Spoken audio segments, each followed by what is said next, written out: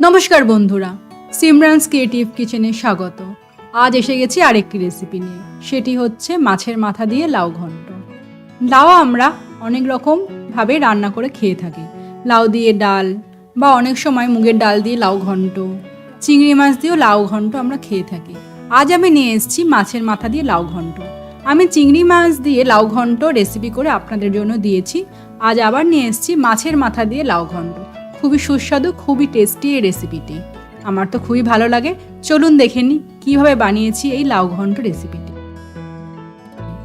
লাউ ঘন্ট রেসিপিটি বানানোর জন্য আমি নিয়েছি একটি মাঝারি সাইজের লাউ। লাউটা আমি ঝিরিঝিরি করে কেটে নিয়েছি।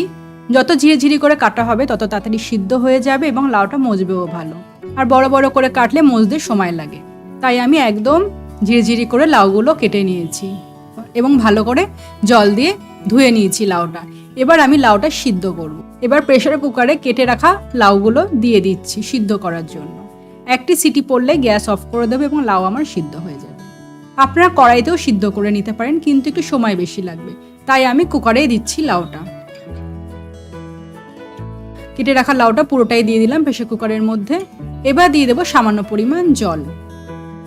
ছোট গ্লাসের থেকে একটু কম জল আমি দিয়ে দিলাম কুকারে। এবার বন্ধ করে দিলাম। একটা সিটি পড়লেই আমি গ্যাসটা বন্ধ করে দেবো। লাউটা আমার সিদ্ধ হয়ে গেছে। এবার আমি লাউটা ঝাঁঝরিতে ফেলে জল ঝরিয়ে নেব। দেখতেই পাচ্ছেন লাউগুলো খুব ভালো গলে গেছে।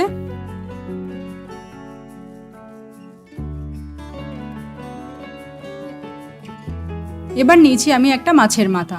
মাছের মাথাটা আমি 4 টুকরো করে নিয়েছি, যাতে ভালোভাবে নুন হলুদটা ঢোকে।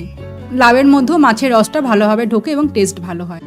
লাউয়ের জলটা আমি ঝাঁঝরিতে ঝেড়ে নিয়েছি এবং লাউটা খুবই ভালো সিদ্ধ হয়েছে, বোঝাই যাচ্ছে। এবার আমি রান্না করব। কড়াইতে দিয়ে দিচ্ছি সর্ষের তেল। মাছ সবসময় সর্ষের তেলেই আমরা রান্না করে থাকি, তাই আমি সর্ষের তেলই ব্যবহার করেছি।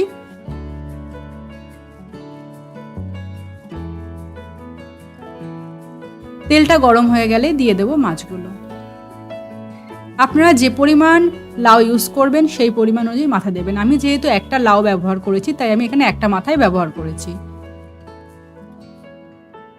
কম মাথা দিলে লাউটা টেস্ট হবে না। যদি লাউয়ের পরিমাণ বেশি থাকে এবং মাথার পরিমাণ কম থাকে তাহলে টেস্ট হবে না। মাছের মাথাগুলো আমি উল্টে পাল্টে ভেজে নেব। খুব কড়া ভাজবো না, হালকা করে মাথাগুলো ভেজে নেব।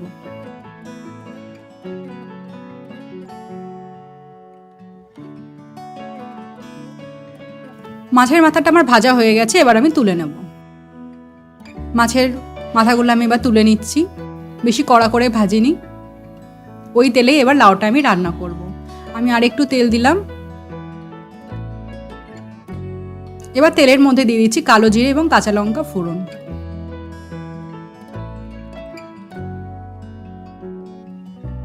কালো জিরে এবং কাঁচা লঙ্কা যখন একটু ভাজা ভাজা হয়ে যাবে, তারপর দিয়ে দেবো সিদ্ধ করে রাখা লাউটা।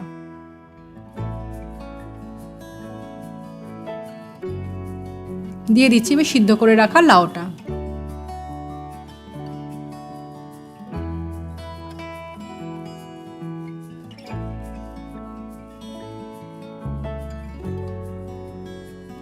ভালো করে নেড়ে নিলাম।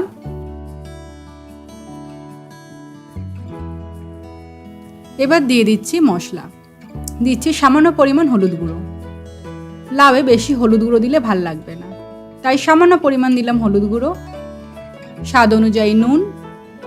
লাউ যখন আমরা কাটি দেখতে অনেকটা পরিমাণ মনে হয়, কিন্তু যখন সিদ্ধ হয় তখন অনেকটাই কমে যায়।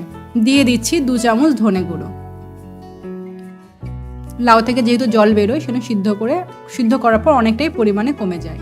এখানে 2 চামচ আমি ধনে গুঁড়ো ব্যবহার করেছি। ভালোভাবে মশলাটা মিশিয়ে নেব। লাউ ঘন্ট রান্না করতে বেশি মশলা লাগে না। তারপর যেহেতু আমি মাছের মাথা দিচ্ছি, সুতরাং মাছের মাথাতেই লাউ ঘন্টটা বেশি টেস্ট আসে। এবার একটু আমি আদা ঘষে দিচ্ছি। আদা ঘষে দিলে একটা সুন্দর ফ্লেভার আসে, তাই এখানে আমি দিয়ে দিচ্ছি আদা ঘষে। আপনারা যদি না চান আদা ঘষে না দিলেও দিতে পারেন, কিন্তু আমার পছন্দ হয় বা ভালো লাগে, তাই আমি এখানে আদা ঘষা দিয়েছি। ভালো করে নেড়ে নেব বা আদাটা ভালো করে মিশিয়ে নেব।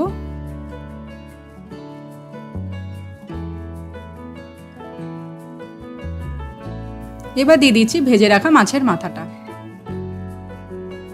বুঝতেই পারছেন লাউটা আমি কেটেছিলাম তখন কি পরিমাণে ছিল এবং সিদ্ধ করার পরও কি পরিমাণ ছিল, এবং নাড়তে নাড়তে অনেকটাই লাউটা মজে যাচ্ছে। এবার মাছের মাথাটা ভালোভাবে লাউয়ের সঙ্গে নেড়ে নেব।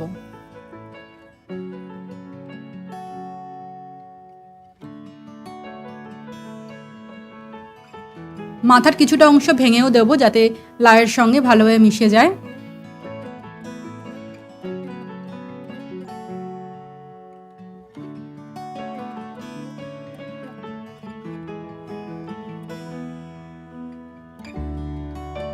আবারও একটু ভালোভাবে নেড়ে নেব। একটু হালকা নুনটা চেখে নিলাম, নুন লাগবে একটু, তাই দিয়ে দেবো একটু নুন, আর দেব হাফ চামচ জিরে গুঁড়ো।